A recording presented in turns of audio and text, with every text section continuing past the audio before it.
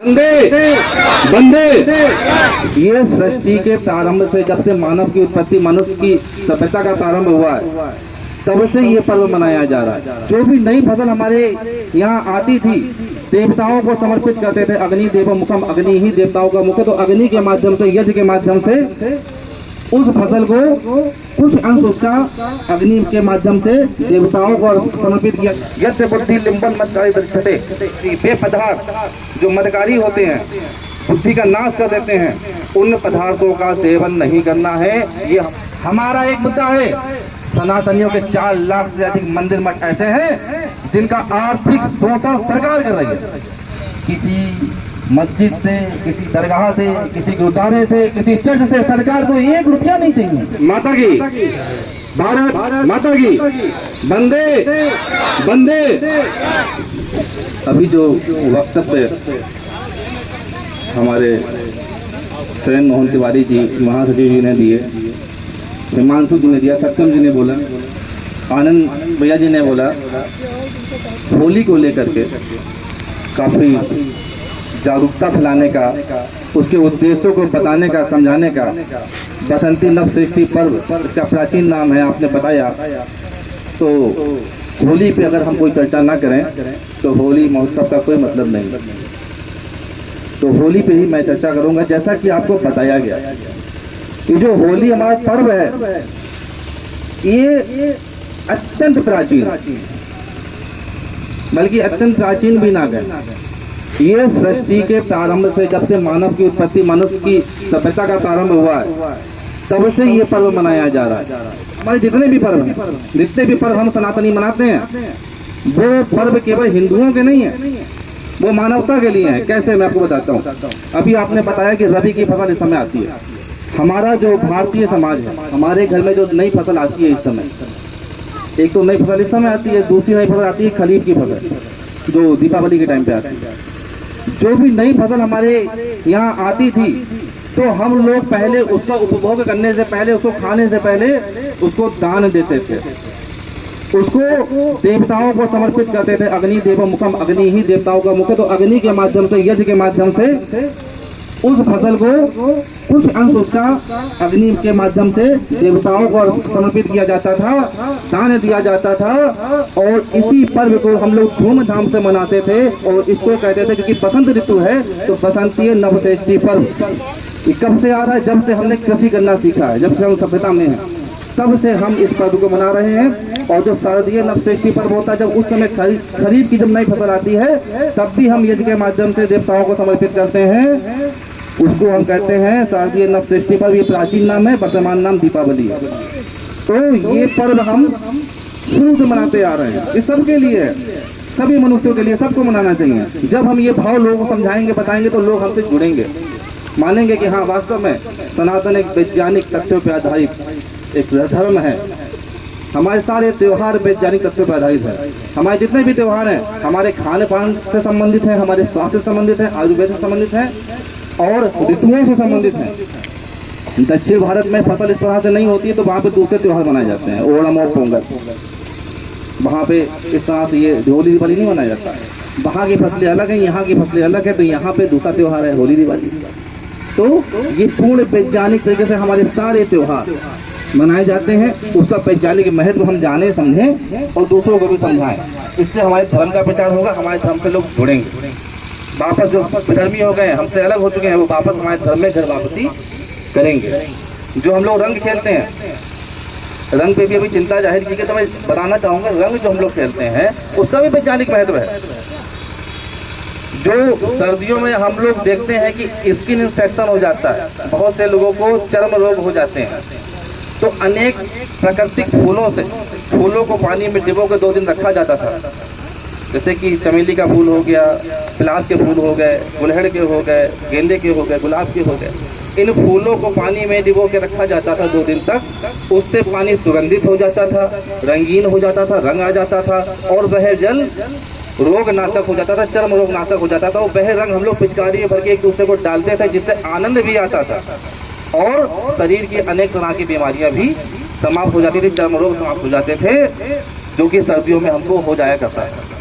तो ये हमारे स्वास्थ्य के लिए ये त्योहार था। अब इसका स्वरूप बिगड़ गया है, लोग जानते नहीं हैं, वो गलत तरीके से कुछ चीज़ें केमिकल वाले यूज़ करते हैं, जिससे कि चर्म रोग बढ़ जाता है। इसी प्रकार से जो गुजिया बनती थी वो भी सोंठ की बनती थी, सोंठ की गुजिया बनती थी पहले। उस सोंठ की गुजिया खाने से हमें अनेक प्रकार के लाभ होते थे। तो ये जितने भी त्यौहार हैं हमारे, सारे त्यौहार पूर्ण वैज्ञानिक हैं। इसकी वैज्ञानिकता को हम जाने समझें और उसका प्रचार करें और उसको अपनाएं। अभी नशे की बात करी आपने, हिमांशु जी ने कही कि नशा नहीं किसी को करना है। हमारे शास्त्रों में बिल्कुल स्पष्ट आदेश है कि हमको नशा नहीं करना है। यद्य बुद्धि लिम्बन मदकारी दक्षते, ये पदार्थ जो मदकारी होते हैं, बुद्धि का नाश कर देते हैं, उन पदार्थों का सेवन नहीं करना है। ये हमारे शास्त्रों में पूरी तरह से निषेध है, पर हम लोग कर रहे हैं। ये बहुत कष्ट की और दुख की बात है। यदि हम नहीं छोड़ सकते हैं नशा करना, यदि हमारे कुछ बंधु, पहली बात तो ये है कि मांस खाना और नशा करना छोड़ देना चाहिए, नहीं करना चाहिए। यदि हम नहीं छोड़ सकते हैं तो अपने त्योहारों पर हमें ऐसा कोई काम नहीं करना। इस बात की प्रतिज्ञा हम सब लें और इसका प्रचार भी करें। होली, दिवाली हो, रक्षाबंधन हो, कोई भी त्यौहार हो, कोई भी शुभ संकल्प हो, हमें बिल्कुल भी किसी भी नशीले पदार्थ का और मांस का प्रयोग तो बिल्कुल नहीं करना। इस प्रकार से हमारे त्योहारों को मनाएं, उसकी वैज्ञानिकता को जाने और मातृ शक्तियों का सम्मान करें। दूसरी बात, राष्ट्र धारक दल से हम सभी यहाँ उपस्थित हैं आपके सामने। राष्ट्र धारक दल आखिर है क्या? राष्ट्र धारक दल क्या है? राष्ट्र धारक दल एक राजनीतिक एवं सामाजिक संगठन है। क्यों है? यह जानने का विषय है कि राष्ट्र धारक दल क्यों है, राष्ट्र धारक दल क्यों गठन किया गया, इसका क्या उद्देश्य था, किस लिए इसको लॉन्च किया गया।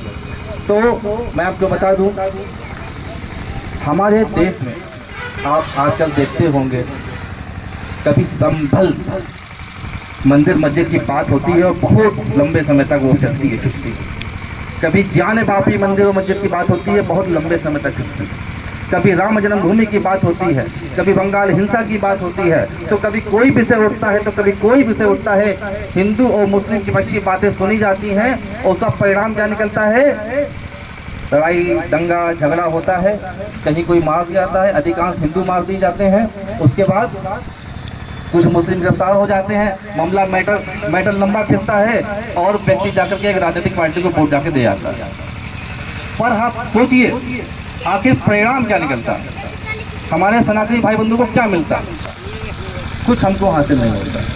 क्यों नहीं? दिल्ली में एक आंदोलन किया, जनसंख्या नियंत्रण कानून। 20 दिन तक वो आंदोलन चला। 2 चाइल्ड पॉलिसी, 2 बच्चों का कानून इस देश में लागू हो और सभी के लिए समान रूप से, कठोर रूप से लागू हो। उस आंदोलन में बहुत लोग आए, पर कुछ सरकारी तंत्र ऐसा था कि मीडिया को उसमें बिल्कुल भी नहीं आने दिया जाता था, ताकि वो आंदोलन हाईलाइट ना हो जाए और ये एक बड़ा आंदोलन ना बन जाए। तब मुझको लगा कि कुछ चीज़ें बहुत डिस्टर्ब हैं और अब हमको एक नया संगठन का निर्माण, नई राजनीतिक पार्टी का निर्माण करना ही होगा, ताकि इस तरह के नियम कानून इस देश में लागू हो। जो इस राजनीतिक पार्टी का, राष्ट्र धारक दल का उद्देश्य है, वो पहला उद्देश्य यही है कि 2 चाइल्ड पॉलिसी इस देश में लागू हो, 2 बच्चों का कानून सभी के लिए, सख्त रूप से। अगर ऐसा नहीं हुआ तो आने वाले 15-20 सालों में आपका देश एक इस्लामिक देश बन जाएगा और जो कुछ बांग्लादेश में हो रहा है वो सब कुछ यहाँ भी होगा, क्योंकि जनसंख्या जिहाद तो हो ही रहा, घुसपैठ जिहाद भी हो रहा। करीब 6 से 7 करोड़ घुसपैठिए आपके देश में बांग्लादेशी और रोहिंग्या इस देश में रह रहे हैं। यह मुद्दा भी हम लगातार उठा रहे हैं और इस पर कई हमने धरने, प्रदर्शन, आंदोलन किए हैं। कुछ जूर रेंगा है, पर वो ऊंट के मुंह में जीरा है, क्योंकि 300 घुसपैठिए अब जाके 11 साल सरकार चलाने के बाद हमारी केंद्र सरकार ने 300 घुसपैठियों को डिकोड किया है, बाहर किया है कितने? 6 करोड़। वो किया कितने हैं? 300 को। तो ऐसे काम नहीं करना, इस पर सख्त कानून लागू हो, इनको देश से बाहर किया जाए, ये हमारी पार्टी का सख्त उद्देश्य है और इस एजेंडे पर लगातार हम लोग चल रहे हैं। हमारी पार्टी का एक एजेंडा है, न्यायालयों की समय सीमा तय हो। जो हमारे न्यायालय हैं उनकी समय सीमा तय हो, हर पीड़ित व्यक्ति को 6 माह के अंदर न्याय मिल सके। न्याय में देरी, ये 20-20 साल 40-40 साल के मुकदमे चलते हैं, ये न्याय के साथ में अन्याय है, इसको हम बर्दाश्त नहीं करेंगे। न्यायालयों की समय सीमा तय हो जाए तो जितनी भी घूसखोरी है, मिलावटखोरी है, नशाखोरी है और जितनी भी घुसपैठियाँ हैं, जितनी भी ये अपराध प्रवृत्तियाँ जो देश में पनप रही हैं, महिलाओं का जो अपमान हो रहा है जगह जगह, इन सब में 90% तक कंट्रोल हो जाएगा। ये हमारी पार्टी का उद्देश्य है। अब आप बताइए, कोई पार्टी ये बात कर रही है क्या? जो मुद्दे मैंने बताए, इन मुद्दों की बात कोई पार्टी कर रही है क्या? हमारा एक मुद्दा है, सनातनियों के 4 लाख से अधिक मंदिर मठ ऐसे हैं जिनका आर्थिक शोषण सरकार कर रही है। पहले मुगल करते थे, खिलजी करते थे, निजाम करते थे, लोधी करते थे, गौरीवंश के लोग करते थे, वो चले गए, अंग्रेज आ गए। अंग्रेजों ने कानून बना करके हमारे मंदिर मठों को लूटा, एक तरफा लूटा। मुसलमानों ने तलवार के बल पे लूटा, जजिया करवा के लूटा, अंग्रेजों ने कानून बना के लूटा। फिर वही काम कांग्रेस ने किया, हमारे मंदिर मठों का सारा पैसा वो ले जाते हैं सरकारी खजाने में। कितना चढ़ता हमारे मंदिर मठों में तो आप जानते हैं। अब वही काम भाजपा कर रही है। किसी मस्जिद से, किसी दरगाह से, किसी गुरुद्वारे से, किसी चर्च से सरकार को 1 रुपया नहीं चाहिए, बल्कि हमारी सरकारें मस्जिद के इमामों को और मुअज्जिनों को तनख्वाह दे रही हैं। भाजपा सरकार भी दे रही है कई राज्यों में। उत्तर प्रदेश और आसाम 2 राज्यों को छोड़ दिए, बाकी भारत सभी राज्यों में मस्जिद के इमामों को तनख्वाह दी जा रही है।